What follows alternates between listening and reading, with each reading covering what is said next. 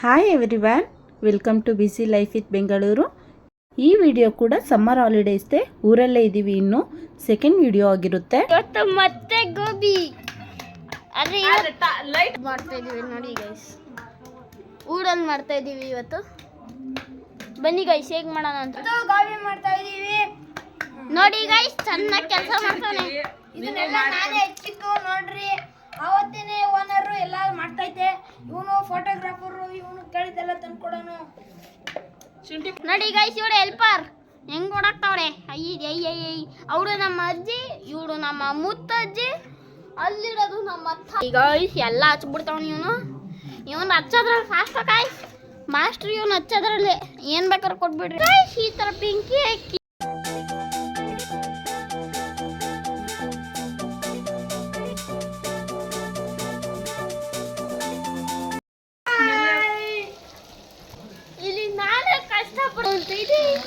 ಮಕ್ಕಳೆಲ್ಲ ಏನಾದ್ರು ಸ್ಪೆಷಲ್ ಮಾಡಿಕೊಡಿ ಅಂತ ಕೇಳ್ತಾ ಇದ್ರು.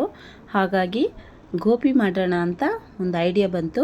ಅದು ಮನೆಯಲ್ಲಿ ಔಟ್ಸೈಡ್ ಇಟ್ಕೊಂಡು ಹೊರಗಡೆ ಗೋಬಿ ಮಾಡೋಣ, ಚೆನ್ನಾಗಿರುತ್ತೆ ಅಂತ ರೆಡಿ ಮಾಡಿಕೊಡ್ತಾ ಇದ್ದೀವಿ. ಎಲ್ಲರೂ ನಾವು ಹೆಲ್ಪ್ ಮಾಡ್ತೀವಿ, ಎಲ್ಲರೂ ಸೇರ್ಕೊಂಡು ಮಾಡೋಣ ಅಂತ ಮಾಡ್ತಾ ಇದ್ದೀವಿ.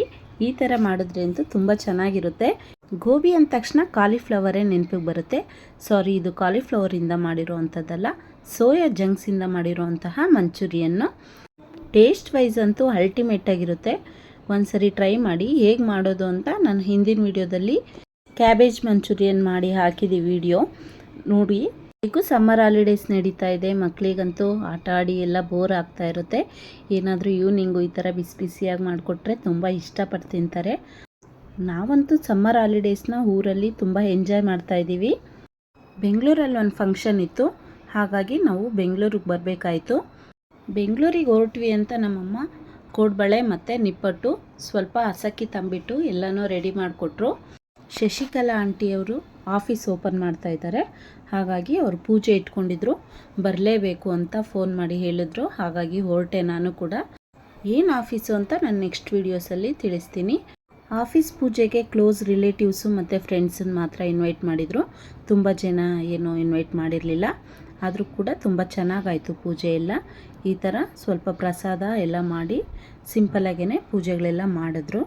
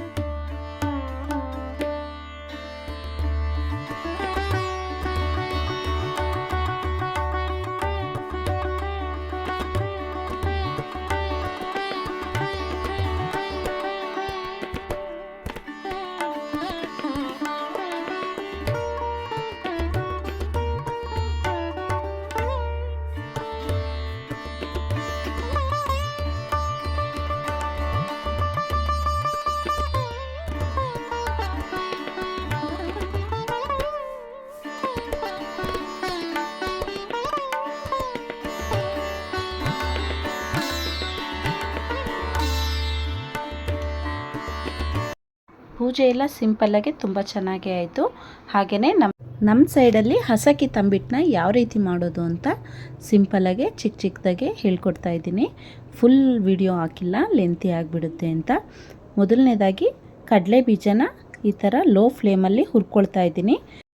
ನಾನು ಕೂಡ ನಮ್ಮಮ್ಮಗೆ ಸ್ವಲ್ಪ ಹೆಲ್ಪ್ ಮಾಡ್ತಾಯಿದ್ದೆ. ನಮ್ಮಮ್ಮ ಮಾಡ್ತಾಯಿದ್ರು, ನಾನು ಚಿಕ್ಕದಾಗಿ ಒಂದೊಂದು ಕೆಲಸ ಮಾಡಿಕೊಡ್ತಾಯಿದ್ದೆ, ಬೇಗ ಆಗಿಬಿಡಲಿ ಫಾಸ್ಟಾಗಿ ಅಂತ.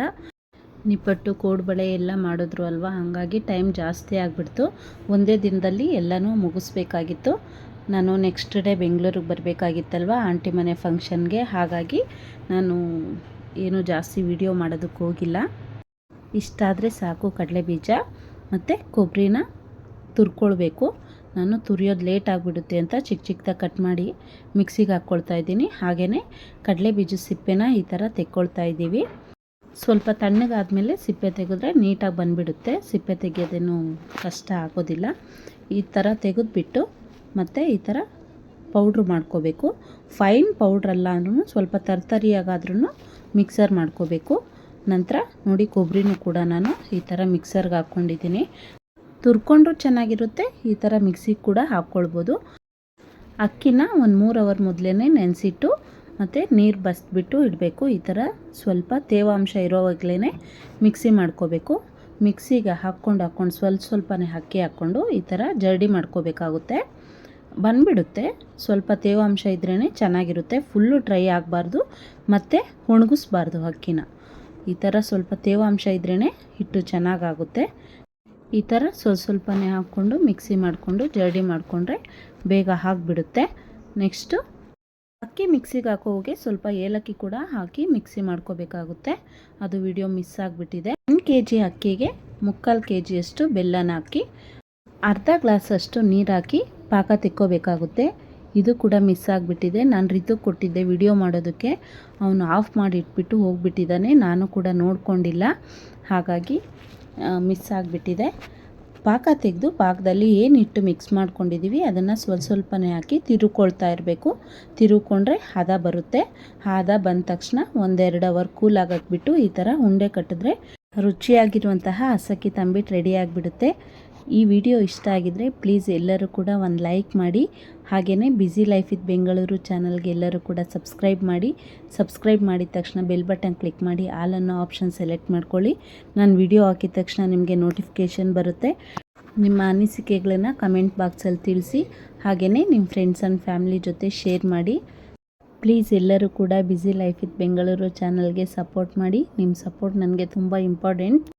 ಈ ವಿಡಿಯೋ ನೋಡಿರೋ ಎಲ್ಲರಿಗೂ ಕೂಡ thank you for watching. Have a good day.